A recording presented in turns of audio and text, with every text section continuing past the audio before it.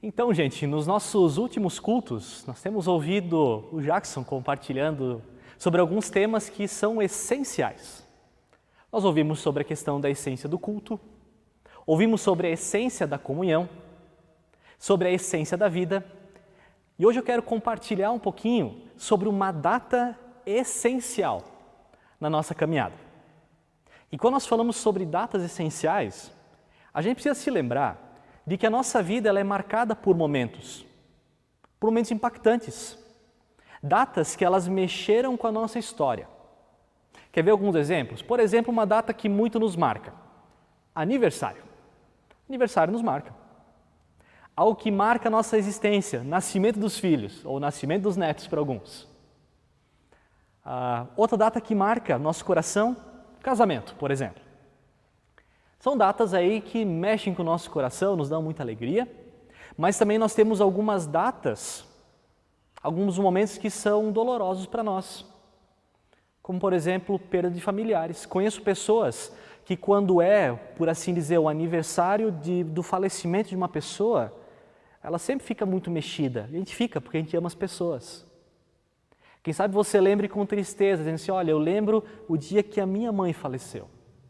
Eu lembro o dia que meu filho faleceu. Eu lembro o dia que eu perdi um grande amigo. Datas que marcam. Também nós temos datas nas nossas famílias, datas que marcaram a nossa jornada, tempos de crise, por exemplo. Quando você teve uma grande crise na tua família, é um tempo que você lembra, diz, olha, ano tal foi um ano muito difícil para nós. Então a nossa caminhada ela é marcada por momentos muito intensos, sejam momentos muito bons, também sejam momentos que são bastante dolorosos. E quando nós olhamos para a nossa tradição cristã, há datas que elas são essenciais e que elas expressam muito da nossa espiritualidade. E são datas não somente simbólicas, mas são datas que orientam a nossa caminhada de fé. E um desses momentos é o que a gente está passando nas últimas semanas, tempo de Quaresma. Quaresma está aí. Tempo de preparação para a celebração da Páscoa. Eu não sei como é que é o tempo de Quaresma na sua casa, mas esse período ele é muito marcante para algumas famílias, que elas aproveitam e é um clima diferente em casa. Além do domingo de Ramos, que as pessoas colocam os ramos, aliás, fica um parênteses, né, para a decoração bonita que a Sandra fez aqui com os ramos, então ficou muito bonito. Mas ele é um tempo reflexivo, tem pessoas que durante a Quaresma fazem jejum. Sempre nessa perspectiva da preparação. Porque a Páscoa está aí. Então, Quaresma, tempo que marca. E a data do Domingo de Ramos, ela é mais do que uma data litúrgica para nós, mas ela é um dos domingos marcantes na história do cristianismo. Aliás, esse é o nosso último domingo, antes de lembrarmos da ressurreição de Jesus. Lembrando, Sexta-feira Santa está aí, lembrando a morte de Jesus. Quando nós falamos nesse Domingo de Ramos, nós lembramos da entrada de Jesus em Jerusalém, para o seu grande dia derradeiro. E de novo, quem sabe você já tenha ouvido essa história várias vezes. Mas a Bíblia, eu quero te lembrar algo muito importante nessa manhã. A Bíblia, a palavra de Deus, não tem a ver com a gente ficar encontrando novidades ocultas. Ficar procurando o pulo do gato, dizer, agora encontrei isso aqui, estava sumido, nunca achei. Creio também que Deus vai nos revelando sua palavra com o passar do tempo, mas quando nós olhamos para a Bíblia, ela é relembrar uma história eterna. É a gente ser lembrado de uma data especial. Por isso alguém me perguntou um dia, pois é, o que a gente vai pregar na Páscoa? Eu falei, o texto da ressurreição a gente prega na Páscoa. Simples. O que texto a gente vai pregar no Natal? O nascimento de Jesus. Mas de novo? Sim, de novo. Porque é o texto importante para nós. Domingo de Ramos, para mim, também entra nesse nosso aspecto não só litúrgico, mas uma história muito importante para a nossa caminhada. Eu quero compartilhar contigo, e o texto previsto é em Lucas, Evangelho de Lucas, o capítulo 19. Se você quiser abrir a sua Bíblia, Lucas capítulo 19, um texto um pouquinho extenso, versículos de 28 até o 40.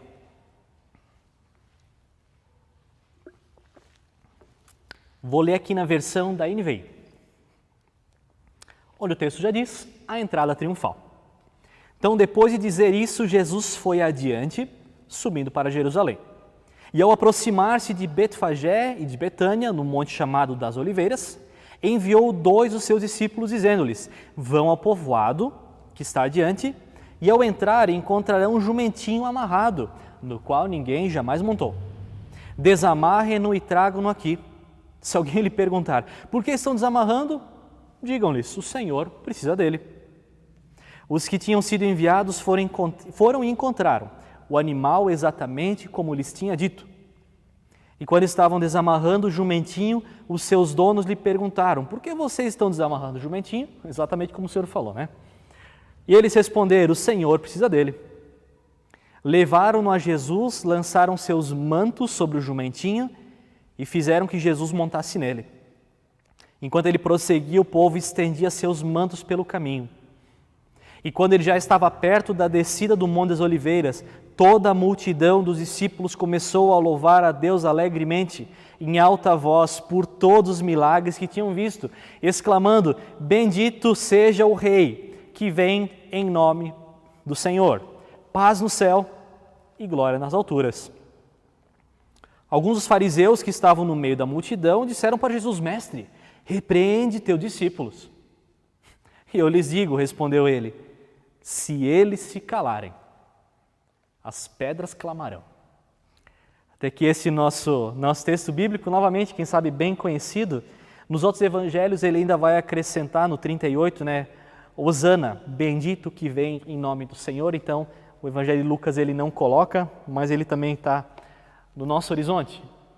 Então, como eu disse, é um texto, quem sabe, bastante extenso, com bastante detalhes que a gente poderia dar uma olhada nessa manhã, mas eu quero me ater e trazer algumas das muitas questões importantes sobre essa jornada de Jesus, que agora vai adentrar em Jerusalém. Então, o nosso texto ele vai dizer que Jesus está indo adiante, indo em direção de Jerusalém, por ocasião de uma festa, a festa da Páscoa. Jerusalém, para a gente se lembrar, ele era o centro religioso para os judeus. Então, por isso, várias pessoas elas estavam indo na mesma direção, porque elas iam para Jerusalém celebrar a Páscoa. Então, você imagina pessoas de vários lugares, várias cidades, vários vilarejos indo para um só lugar, Jerusalém. A cidade, logicamente, abarrotada de pessoas. Muita gente. A Páscoa ela era uma festa padrão do povo, sendo que ela era celebrada como uma lembrança e gratidão ao próprio Deus, esse Deus que libertou o povo da escravidão do Egito, relatada lá no Êxodo. Então esse povo se reunia para celebrar o Deus que cuidou deles. Por isso mesmo, antes de Jesus, nós temos uma celebração da Páscoa. Mas após a morte e ressurreição de Jesus, essa festa vai ser ressignificada, o que nós temos como Páscoa nos nossos tempos. Aliás, quando eu penso nessa festa da Páscoa, e não era a única festa que era celebrada pelo povo de Israel, mas o povo de Israel era um povo festeiro, por assim dizer. E não pelo lado pejorativo, mas ele era um povo que se reunia e celebrava a história de Deus nas suas vidas. Não que a vida deles fosse fácil, muito pelo contrário, eles tinham uma vida muito difícil. Mas eles tinham momentos festivos, onde eles se reuniam para agradecer a Deus, Deus que cuidou deles até ali. Por isso é muito especial perceber essas celebrações do povo. Se reuniam para lembrar tudo que Deus havia feito por eles. Quando a gente olha para a nossa jornada, nós também temos celebrações. Por exemplo, você celebra teu aniversário. Celebra teu aniversário que você tem mais um dia de vida, mais um ano, desculpa. E tem pessoas pessimistas que vão dizer, eu nem vou comemorar porque eu estou ficando cada vez mais velho. Besteira, tem que comemorar porque é presente de Deus mais um ano de vida. Celebrar o cuidado de Deus, celebrar o que Ele fez por nós. Quando nós olhamos para nós como igreja, por exemplo, ter um almoço festivo da comunidade. A gente não está aí só para comer um churrasco, a gente está junto para celebrar o que Deus fez pela comunidade, pelo que Ele fez pelas pessoas. E novamente, esse povo não tinha uma vida fácil, mas eles eram gratos pela história de Deus com eles, mesmo nos tempos difíceis. Inclusive, essas celebrações elas foram instituídas pelo próprio Deus, desde o Antigo Testamento. Povo que celebrava, povo que queria estar junto, povo que olhava para a sua história e dizia, obrigado, Senhor. Vou abrir um pequeno parênteses aqui. Sabe qual que é o meu sonho? Vocês sabem, cheguei na Redentor ano passado, fevereiro, então eu tive um mês de contato com algumas pessoas, depois estive só no meio da pandemia aí. Mas sabe qual é o sonho que eu tenho? Tem algumas pessoas que comentaram de alguns almoços que foram feitos aqui na Redentor, que eram feitos na quadra do Martinos, pelo pátio aqui, gente correndo e tudo mais. Sabe qual que é meu sonho? Meu sonho é que quando isso aqui tudo acabar, essa pandemia, esse isolamento, e a gente poder se reunir com segurança, a gente poder almoçar juntos. Imagina, o pátio cheio de gente, a quadra do Martino cheia de mesa. Não que tenha sido fácil esse tempo de pandemia, mas nós celebrarmos o Deus que esteve conosco mesmo no meio de tempos tão difíceis. Talvez vai ser um tempo que você vai chorar de saudade de pessoas que você perdeu, da situação financeira que você está, mas nós celebrarmos a Deus, e celebrarmos a Deus não tem a ver com a gente só celebrar o cuidado dele quando tudo nos vai bem, mas inclusive quando não nos vai bem, nós dizermos, Senhor, nós estamos contigo, o Senhor está conosco, nós queremos te agradecer. Fechando parênteses, pode ser um bom sonho aí, né? Vai que dá certo. Então Jesus agora indo para Jerusalém, e os rumores sobre Jerusalém já estavam na boca do povo fazia tempo. Porque havia uma grande fama em torno de Jesus, porque Jesus, aonde estava, algo acontecia. Eles ouvem falar que Jesus entra num vilarejo e as pessoas são curadas. Daqui a pouco aparece o cego, começa a enxergar, o aleijado começa a andar, o endemoniado ele é liberto. Então algo acontece com Jesus. A fama estava indo à frente já. Algumas pessoas olhavam para Jesus como um grande profeta. Esse é o nosso novo profeta, ele chegou. Alguns entendiam que ele poderia ser e era o Messias. Ele era o Salvador. Ele era aquele tão aguardado. E o fato é que onde Jesus está, algo acontece. E ele agora está chegando em Jerusalém. A cidade está cheia de gente. Jesus onde está, algo acontece. Então Jesus vai entrar nessa cidade, algo vai acontecer. Jerusalém no tempo de Jesus era um verdadeiro barril de pólvora. O povo sofria com várias cargas da religião, dos mestres da lei, dos fariseus. Havia uma grande desigualdade social entre o povo, existiam pessoas muito excluídas, pessoas marginalizadas, oprimidas, pessoas que não tinham uma assistência, por exemplo, estrangeiros, viúvas. Mas no coração desse povo que sofria, havia uma grande expectativa. E a expectativa no coração daquele povo que sofre desde o Antigo Testamento, nós ouvimos e nós lemos de que o Messias virá. Virá o Messias, virá o Salvador. Virá o Messias que vai nos libertar dos sofrimentos. E havia toda uma expectativa de que Jesus, quando entraria em Jerusalém, ele iria tomar o trono. Ele libertaria o povo dos sofrimentos. E agora, imagina o povo pensando, será que agora é o momento? Agora é o basta do meu sofrimento? Se é o Messias, então esse novo tempo chegou. Se é o Messias, o novo tempo chegou. Quem sabe seja a tua realidade ou não. Mas imagine você, eu quero te convidar agora, você se colocar no lugar desse povo. Um povo que sofre problemas, sofre dores dolorosas, não só físicas, mas emocionais e espirituais. Onde eles olham para os mestres da lei, para os fariseus, eles colocam um jugo muito pesado sobre eles. Não é à toa que Jesus fala para tomar o jugo de Jesus que é leve e suave. O dos fariseus era muito pesado. Então os religiosos não te ajudam muito.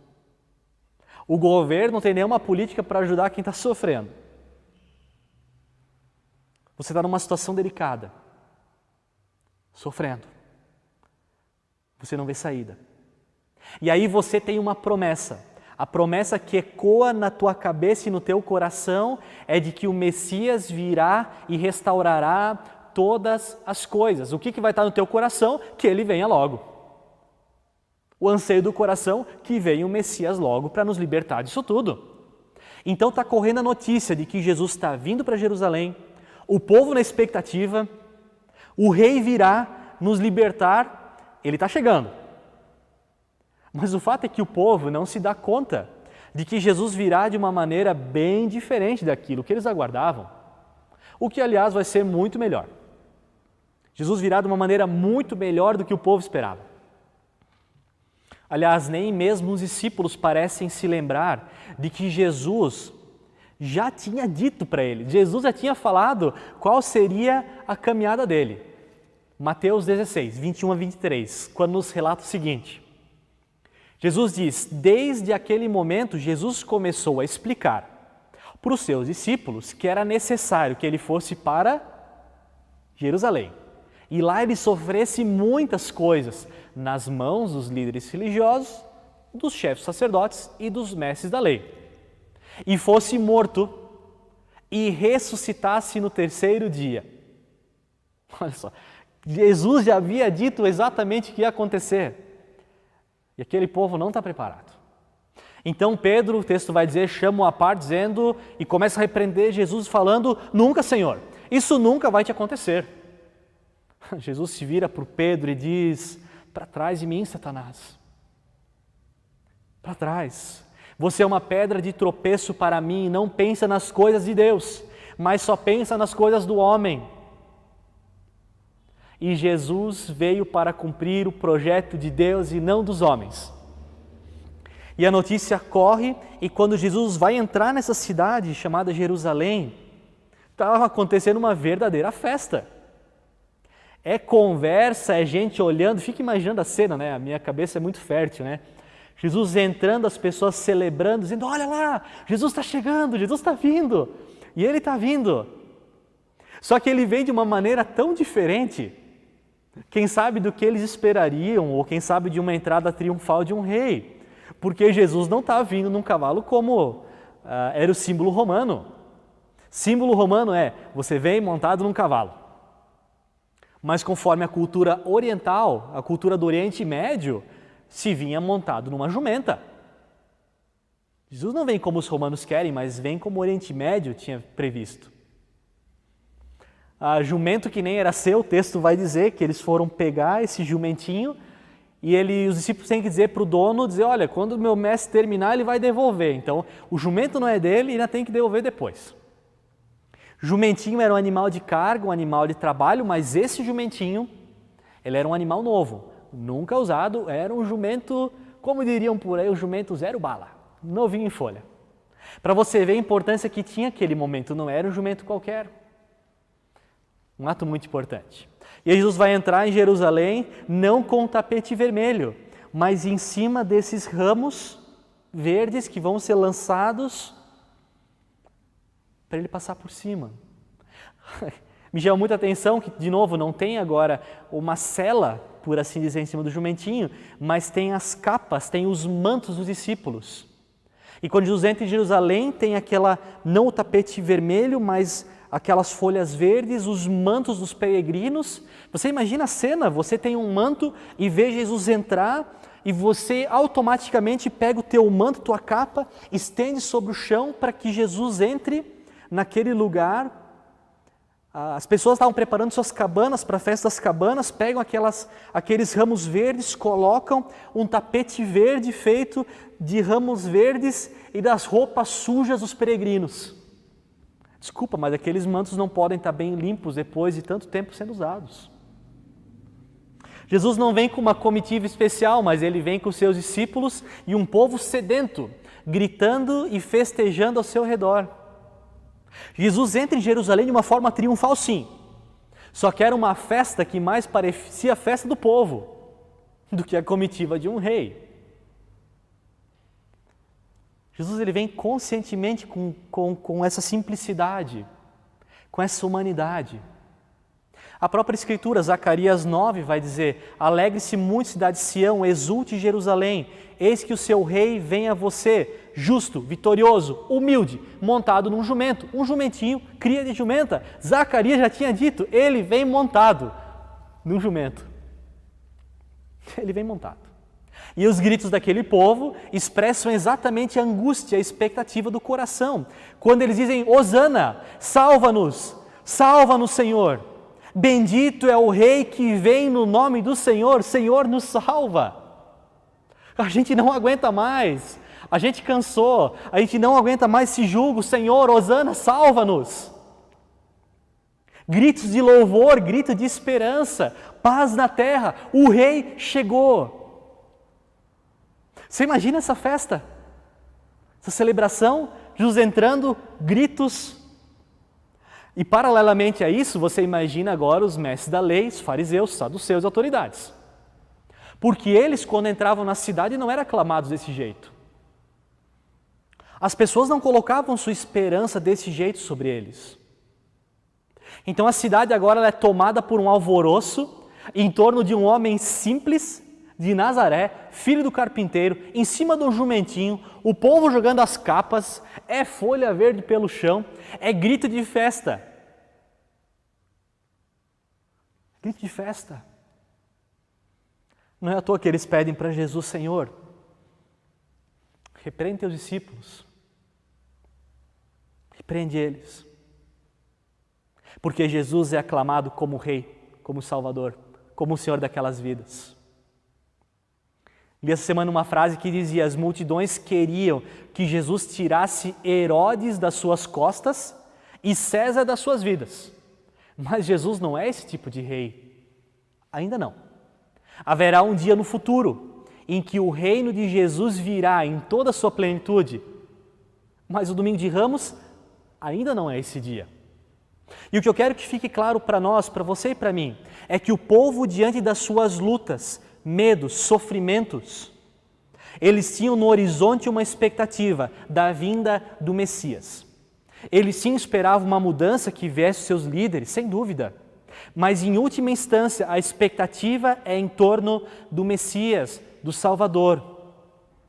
E Jesus nisso tudo, Jesus ele também não é pego desprevenido. Jesus não é pego despreparado ou surpreso diante do seu horizonte da crucificação e da própria ressurreição. Jesus ele é o cumprimento da Escritura. Todo o Antigo Testamento aponta para um só lugar, Jesus Cristo. Jesus vai conscientemente para a crucificação. E Jesus não vai para essa morte com rancor, com lamúria ou de braço cruzado, murmurando, reclamando. Não! Jesus ele vai em obediência ao propósito eterno. O próprio Satanás, no começo do ministério de Jesus, Mateus 4, vai tentar Jesus, oferecendo-lhe os reinos da terra, se Jesus se prostrasse e adorasse Satanás. Aliás, mentira de Satanás, porque os reinos não são dele. Não são dele. Tudo ainda está debaixo da autoridade do Pai. Jesus sabia para onde estava indo.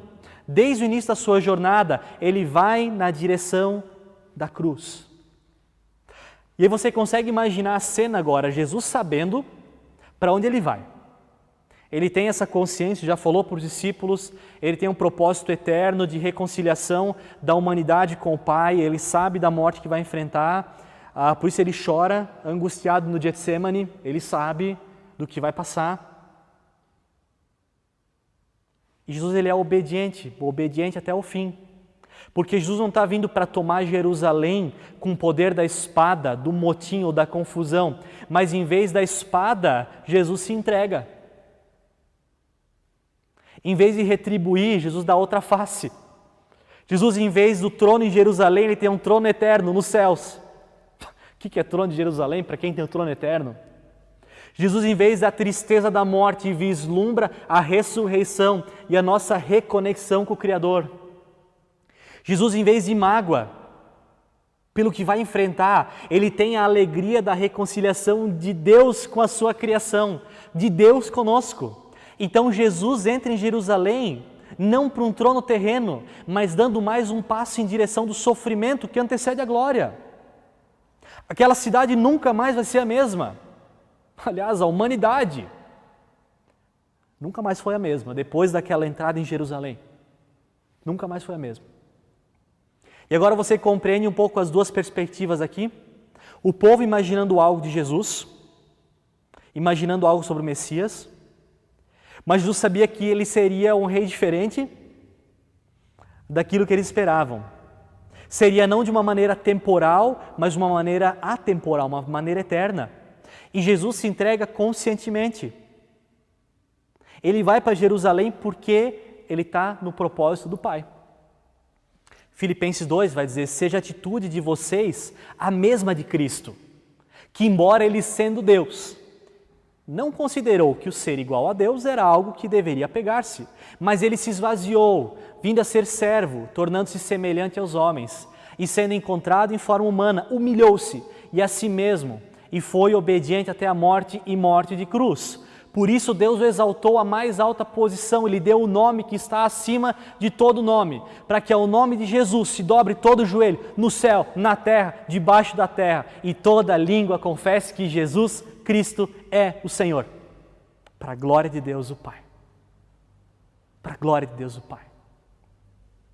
Domingo de Ramos nos remete a uma história muito antiga, já falei isso no começo, mas que ela ecoa até os nossos tempos, e nos dá a resposta também para os nossos dias. Afinal, quando eu olho para a nossa realidade, a gente consegue perceber dia após dia quanta angústia a gente está passando, quanto medo a gente está enfrentando nos últimos tempos, quantos problemas, quantas lutas, quantas crises incontáveis. O povo passava por tempos difíceis, nós também passamos, você e eu. Mas esse povo aguardava ansiosamente a vinda do Messias como resposta às suas lutas. E a minha pergunta é, diante das tuas lutas e das minhas, onde nós colocamos a nossa esperança? Diante das tuas angústias, onde você coloca a tua expectativa? E eu creio que o nosso grande risco é que diante dos problemas que se levantem na nossa vida, a gente comece a criar projetos, a gente tem ideias, a gente coloca expectativa nas pessoas, em líderes. Tem gente que até coloca a sua grande esperança em ideologias, como salvadores da pátria, mas isso só cabe a Cristo. Nós sim queremos uma mudança que parta das nossas lideranças, seja na igreja, seja nos governos, mas nós não podemos esquecer que só o Evangelho pode mudar o ser humano, e só o ser humano transformado pode mudar o mundo. Só o Evangelho pode mudar o ser humano, e só o ser humano transformado pode mudar o mundo. Sem Evangelho, esquece. Esquece. Quer dizer que a gente está assim no meio de uma pandemia ainda, onde nós temos crises financeiras reais, crise de saúde, quem sabe você com a tua saúde dentro da tua casa, quem sabe familiares teus. A gente tem notícia de mortes a perder de vista, leitos lotados de novo, um sofrimento real. E eu me pergunto, onde nós temos colocado a nossa esperança? E por mais instável que seja o nosso tempo, uma verdade eterna sempre reinará. Jesus Cristo é o Senhor. O povo esperava o Messias, e nós? Jesus ele entra em Jerusalém para mudar a história, inclusive a tua e a minha. O povo aguardava ansiosamente a vinda do Messias, mesmo que o desdobramento vai ser bem diferente do que eles imaginavam. Mas eu quero dar destaque nesse dia. O povo aguardava o Messias como resposta das suas vidas. Eu clamo sim que os governos, lideranças, seja do país, estado, cidade, igreja, façam sua parte. De novo, eu quero que façam. Mas primordialmente, meu desejo é que o nosso coração confie no Senhor, que pode mudar toda a história da humanidade novamente. O fato é que a gente tem um rei. Nós temos um rei.